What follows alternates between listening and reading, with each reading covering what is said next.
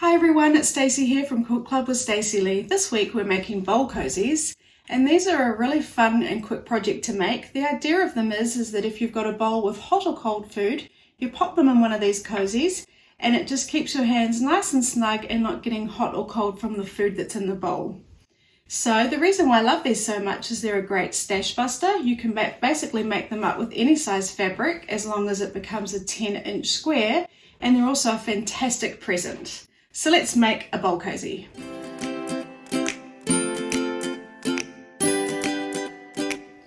Okay everyone, when we're making a bowl cozy, we need to make sure that everything is 100% cotton if we plan to put it in the microwave. I don't actually plan to put mine in the microwave, however I can't guarantee everyone in my family is going to do the same, so I've decided to do everything 100% cotton, just in case. And I'm going to start off with the batting. I've actually bought Wrap and Zap, and this is designed especially to go in the microwave. And then if you come over to the back here, it just gives you a few instructions, like even though it is for the microwave, you can't put it in there for more than 2 minutes at a time and for no longer than 8 minutes in total, so that's something to remember. And with your fabric, that needs to also be 100% cotton, and make sure it doesn't have any metallic prints or threads running through it. The microwave won't like that. And we also need to use 100% cotton thread. So what we need to do is we need to cut two 10-inch squares of batting, and I've already pre-cut mine.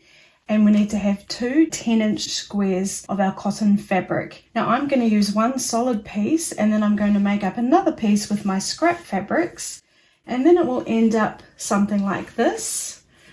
Or if you wanted to, you could use two solid fabrics and it would end up more like this one. And what I did was I also had a little play with the length of my darts. So this one is the standard length of 1.5, and if I put this sort of small pasta bowl in there, it sits really nicely. And then with this one, I made the darts 2 inches, and this one fits more of a soup bowl in there perfectly. This bowl is from Dollar Tree and it's my favorite bowl, so I wanted to make sure that I'd made one that was going to fit these bowls really nice and snug. And so what I would suggest you do is just work out, are your bowls sort of higher up, in which case a 2-inch dart would work best, or are they sort of lower, in which case a 1.5-inch dart is going to work best. But as usual, you can have a play around and work out what you like best. I think you can't go wrong with a 1.5 to 2-inch dart. So I'll just pop these aside, and what I'm going to do now is I'm going to quickly cut these to about 11 inches, and then I'm going to sew them together and square them off so I've got a 10-inch square from my scraps of fabric here.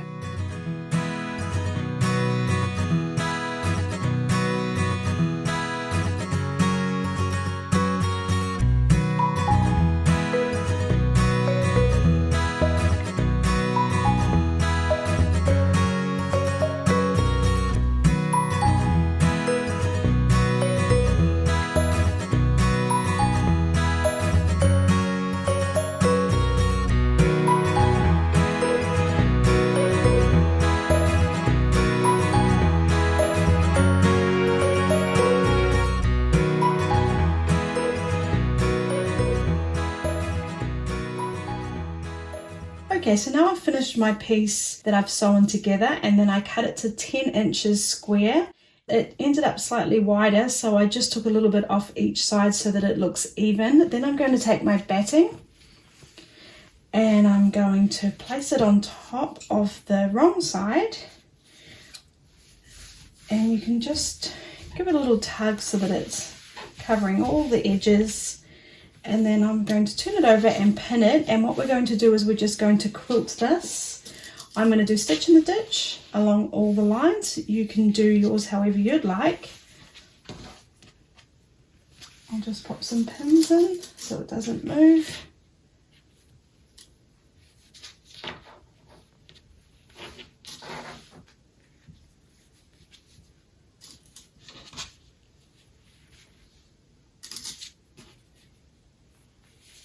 It's not really going anywhere, it's quite little, so that will be fine to keep it secure for quilting. And then I'll take my second one, and that's my plain piece, so I'll turn that over and I'll put my batting on to the wrong side again. And I like to do it this way so that I can see that it's sitting nicely, and I can give it a bit of a push out so it's coming along to all the edges.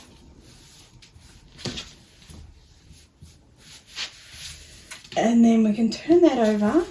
And then what I'm going to do is I'm going to quilt this as well, and I'm going to do it on a diagonal, but I will draw lines. I'm going to use chalk, and I'll take my ruler, and I'm just going to draw chalk lines to show me where I'll quilt.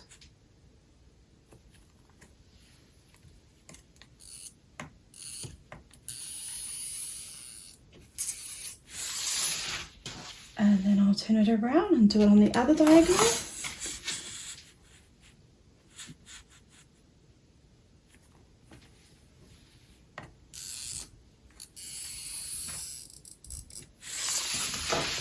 And I'll just put some pins in to keep that secure as well.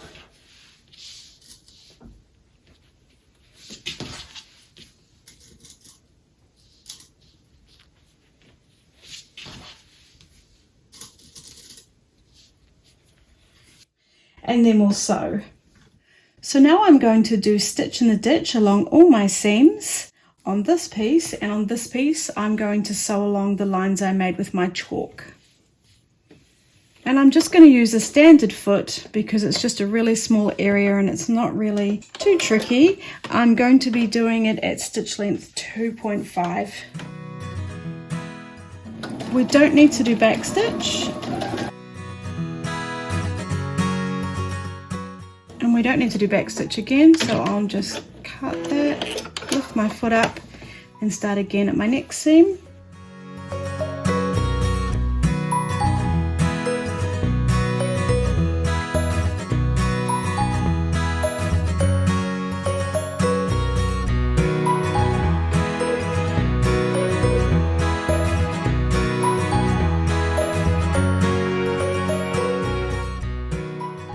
Okay, so I've just sewn along my lines that I made with chalk. You might want to use a washable marker, whatever you've got at hand.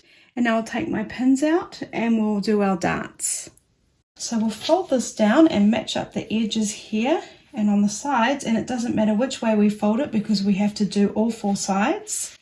And then I just like to run my finger down there and make sure it's sitting nice and smoothly before I put my pin in to hold it in place. And I'll check the other side, edges all lined up nicely, and I'll just run my finger down there and make sure it's sitting all nicely, and then I'll pin it in place. And now you have to decide what length dart you want to do. So I'm going to do this one at 2. So I'm going to get my pencil and I'm going to measure from the edge down on my folded seam 2 inches. And if I get my pencil, I like to twirl it because you get a nice solid dot there. And then on my edge here, I mark 1 inch. Again, I twirl it. And then what I do is I line up my ruler on the side of both of the dots, and then I just drag my pencil along, which seems to give me a really nice line. So I do prefer just to use a standard pencil for this. It seems to be what works best for me. So then I'll come to the other side, and on my folded edge I'll mark 2 inches. Right on the edge there, I'll give it a twirl. Then on the edge here, I'll mark 1 inch, and again give it a twirl. Then I'll take my ruler and line up the 2 dots, and I'll take my pencil and I just drag it along. Do it a couple of times, and then I get a really nice solid line. So I'll do that for both pieces.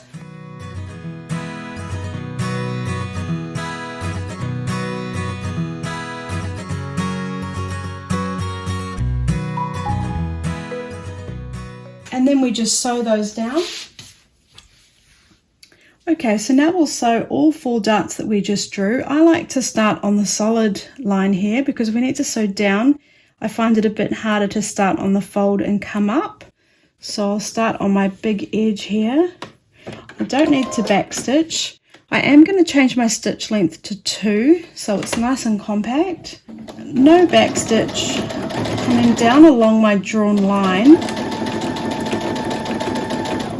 but I will do back stitch here because this is where it will be taking pressure from where the dart is sitting. And on the other side, again, I'm going to come from this top side down to the narrow. I find it too hard to go up the other way.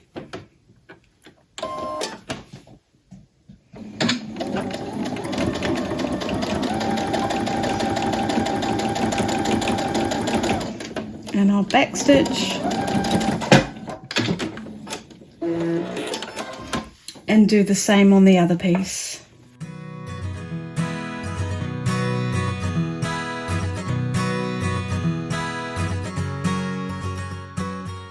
And when we've sewn all 4 darts, we'll do the darts on the other 4 sides.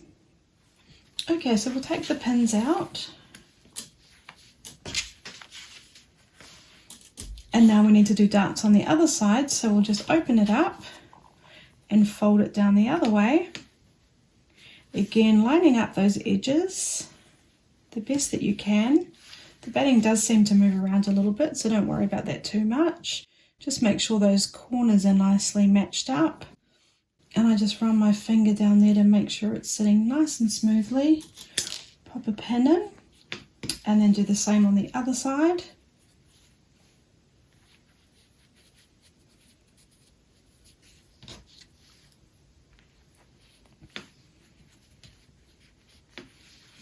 And I'll do the same for the other piece.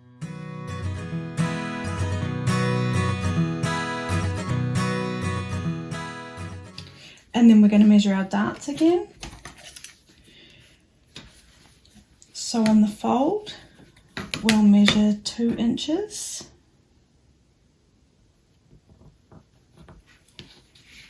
And on that edge, 1 inch.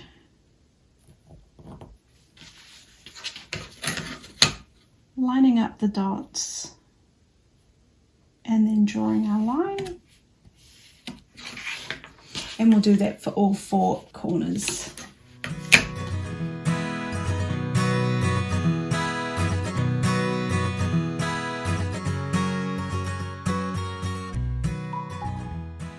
Okay, and once you've drawn all your 4 darts, we'll sew them again, and just making sure we do back stitch when you come down to the folded corner.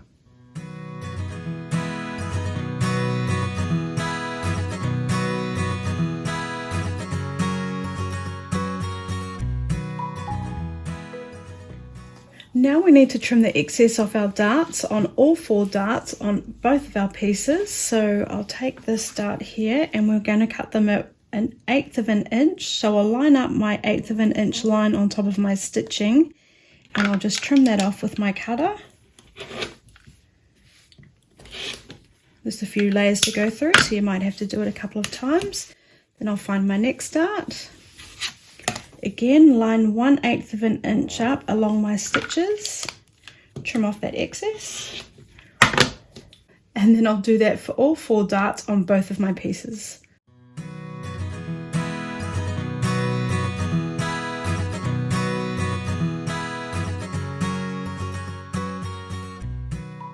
Okay, and when you've done that, we're going to marry them up. So what we'll do is we'll just open this one up and sort of start getting the bowl shape in there. So it's sitting like that.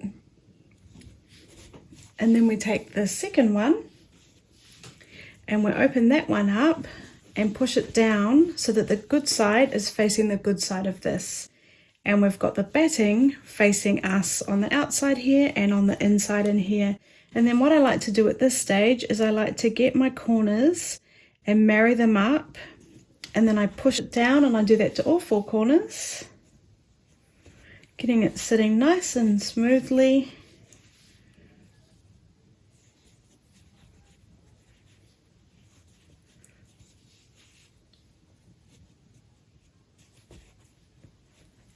And then once it looks like it's all sitting nicely and smoothly in there with all the 4 corners also meeting up, then I'll pin it So as I'm pinning it, I'll just double check it. I'll double check those corners are all nicely lined up, and then I'll give it a little bit of a push in the corners down the bottom here. And then I'll pop one pin here, another one on this side of the corner. Then I'll come to the next corner and double check that again, making sure all these edges are lined up nicely.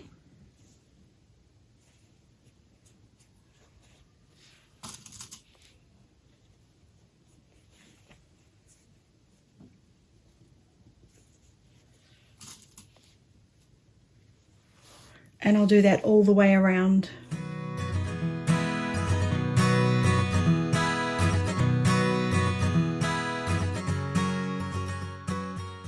So because our corners are matched up all nicely, when we come down, these inverted corners will also be matching up perfectly. So I don't worry about pinning those. It's pretty secure now. So we're going to sew all the way around the edge, but we need to leave about a 2-inch gap so we can turn it inside out. And what you can do is just get a little pencil and just mark a 2-inch mark so you know where to stop and start. So we want to stop after our inverted corner here. So I'll just mark a little mark here. Again, dragging my pencil down. And then we want about a 2 to 3 inch gap here. So I'm going to start about here.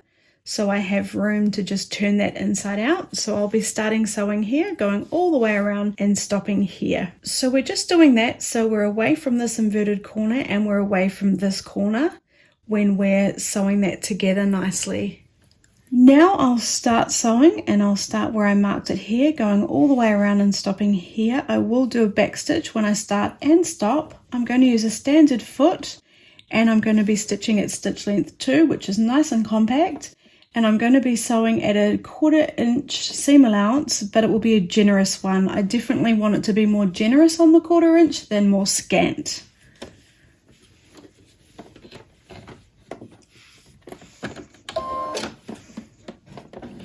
So we will do a back stitch.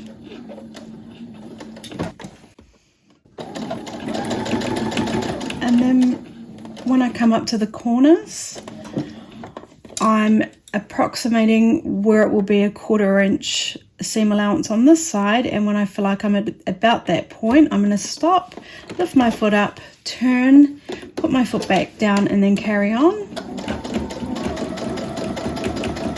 Removing the pins as I go.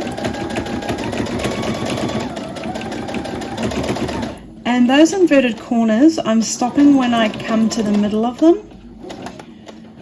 I'm lifting my foot up and I'm just readjusting so I'm sewing straight again, because they are very slight V's.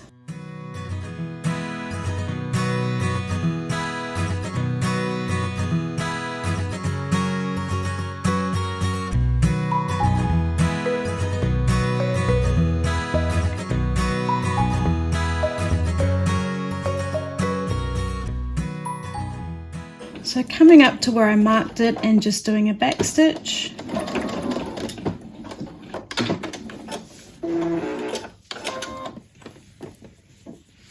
And now what I'm going to do is just cut off this excess on the corners so that when we turn it around we'll get nice rounded corners and they won't be too bulky.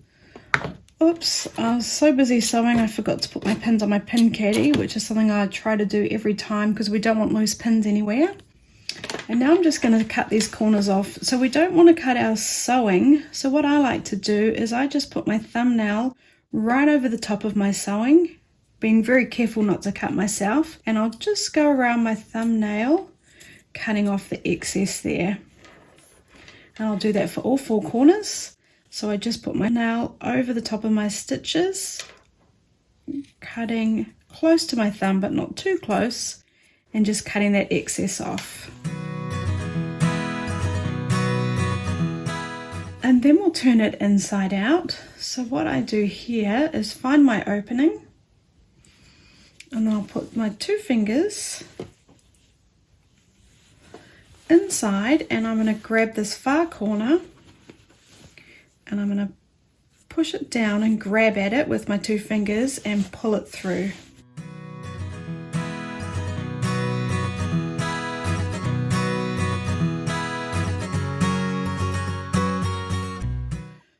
got a point turner that I can put inside and just give those corners a good little push. If you don't have one, you could use something else. You want it to be a blunt tool that you use so you don't poke through your fabric. So I'm just going to give each of my 4 corners a push with this tool. Okay, so once you've done all 4 corners, you can give it a bit of a straighten up. And now you can see we've got our bowl cozy shape. I'm just going to give that a quick press. Now we're going to iron the seams so that it's going to lay nice and flat when we come along the edge and sew it closed. I'm just finding my opening here and making sure that they're going to sit nice and flat. They've been folded over, so I'll match them up and then I'll lay them flat and give them a press. And then what we can do is come along and just push it open, make sure they're lying nicely, all those seams are sitting nicely, and give it a press along all 4 sides.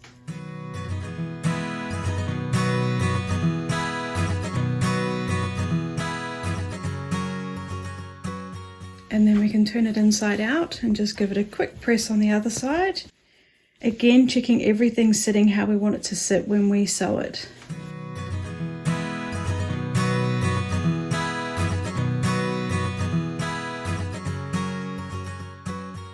And then when you're happy with it, we'll sew along the edges. Now we're going to close our opening shut and we're going to stitch around the whole edge. I've just found my opening and I'm going to pin that closed, making sure it's sitting nicely. And most people like to pin this way, but when I'm doing something like this, I actually like to go along this way because I feel like it sits a lot flatter, showing me where I'm about to sew. But you just do what works best for you. That's what I like to do. I'm going to start here and then come along past that. I'm going to stitch at a 1/8 inch seam allowance and I'm going to change my stitch length to 2.5 so it's a little bit longer because it doesn't need to be compact at this point. I will do a back stitch and then I'm just going to go all the way around. When I come to those inverted corners, I am lifting my foot up and just adjusting slightly.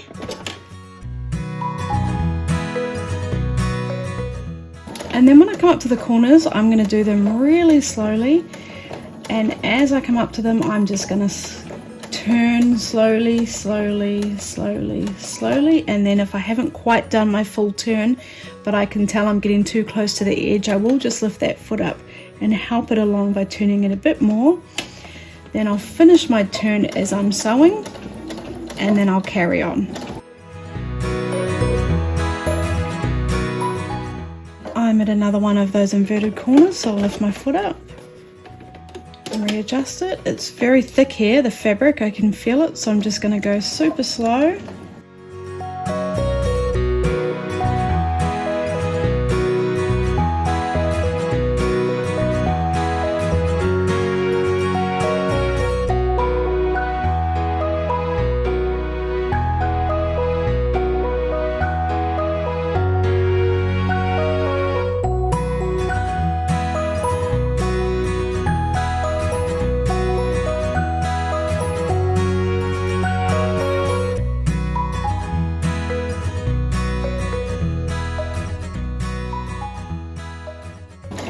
And now I'm coming back to where I started. I'm just going to go straight over the top of those stitches and then do a back stitch.